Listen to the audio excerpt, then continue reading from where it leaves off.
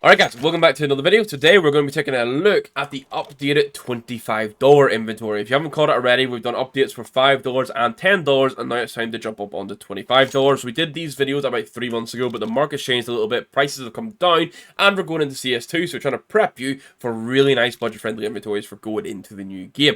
If you enjoy it, make sure you hit that like button, hit the subscribe button if you're new around here, and let's go right into it, starting off with the pistols, as always. Now, much like the $10 video, every single skin in here you see is minimal wear, which is really nice. You're not sacrificing for any sort of like high wear field testings. And the USP we're going to kick things off with is going to be the Black Lotus. Now, this is mostly a brightness skin. However, getting it into the minimal wear means it looks impeccable.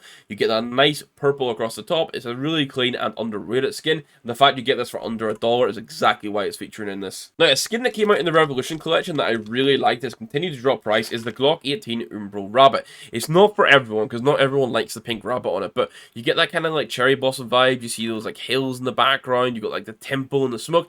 I think it's a really cool skin, and the fact you get this for $1.18 is wonderful for a $25 budget inventory. And we're going to spend a little bit more on the Desert Eagle, but that's because you can now make the jump up to get a minimum wear Mecha Industries. So I much prefer this over like the Trigger Discipline, which you would have caught in the $10 video. And I think overall this is like a skin that even when you scale your inventory up to like $100, $250, even like $500, you can still just kind of keep this deal in and it'll still look clean while you upgrade everything else. Now for the P250, you're going to spend just over half $1. You're going to get a Nevermore. This and the X-Ray is kind of what I bounce between, but for like this sort of price for like budget friendly P250s, I think it looks really nice. Obviously we've got a higher float minimal wear here, so try and get yourself as low a float minimal wear as possible, so essentially as close to factory new as possible, to try and get rid of some of those scuffs you can see. Now a 5.7 skin I really like is the Urban Hazard. I think it looks incredible for the price. You can pay half $1 for this, get it in minimal wear, you get this nice lovely bright glossy red across the top. I like that rather than having the stock bottom of the skin, which a lot of like the cheaper weapon skins have, is you actually get camo instead, which makes it look even better. And the big thing here is we can finally move away from an AK-47 slate.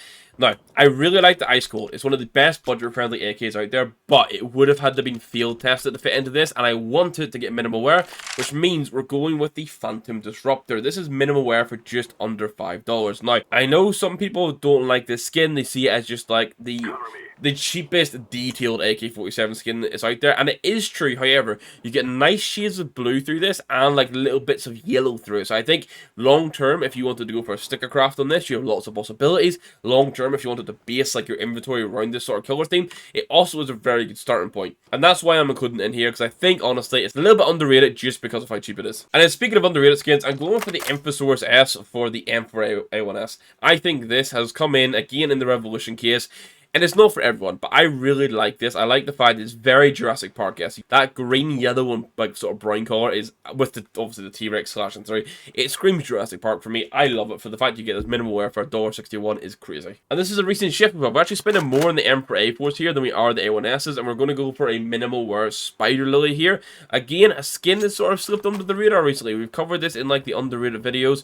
I think this, although I prefer like an Evil Daimyo, I think for that inventory or for a different vibe, with the white grip coming through on this as well, obviously you only see it when you inspect it, I think it's a really good option that's getting overlooked. Now, much like the $10 video, I could say once again, go buy an Apotheris. It's the top 5 op, best budget op out there, but I will again want to give a different option. So keep in mind, you can go for an Apotheris, but you can also go for a minimal wear Mortise, which is $2.48.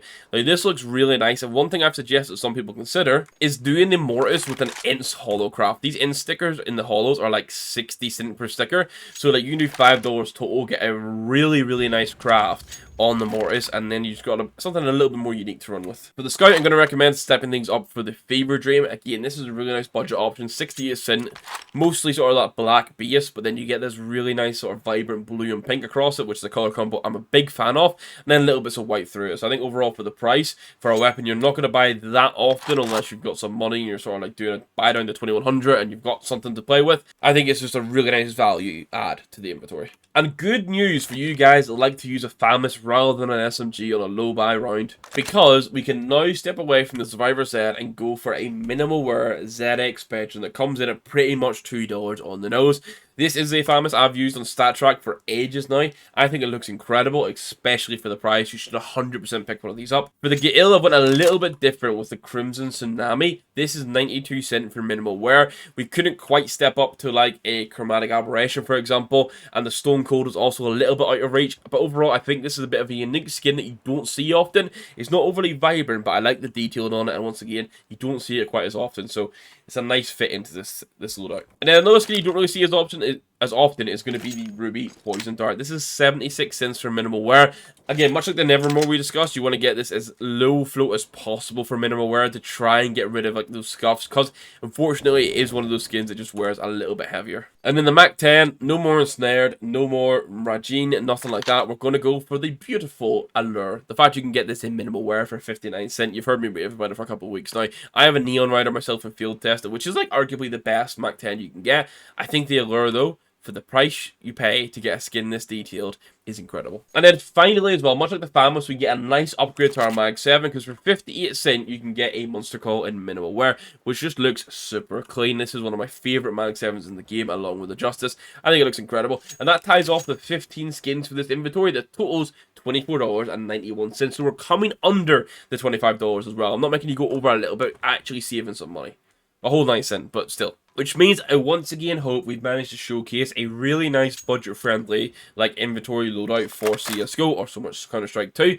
Because keep in mind, we're starting to do 15 weapons in this because the new like system is going to only allow you to have 15 weapons equipped. So rather than showing like 30 skins for a lot of weapons that you actually won't be using because they won't be available to you, we're starting this 15 skin format. So once Counter-Strike 2 releases fully, I'll actually do them based on that, along with like doing the best meta setups and the skins for it. So guys, let me know in the comments down below which skin was your favourite. If you think I've missed anything here or I could have made a replacement elsewhere to upgrade things a bit further, that feedback is greatly appreciated. And outside of that guys, I hope you've enjoyed it. Hit that like button, hit that subscribe button. We'll catch you in the next one. Thank you for watching and goodbye.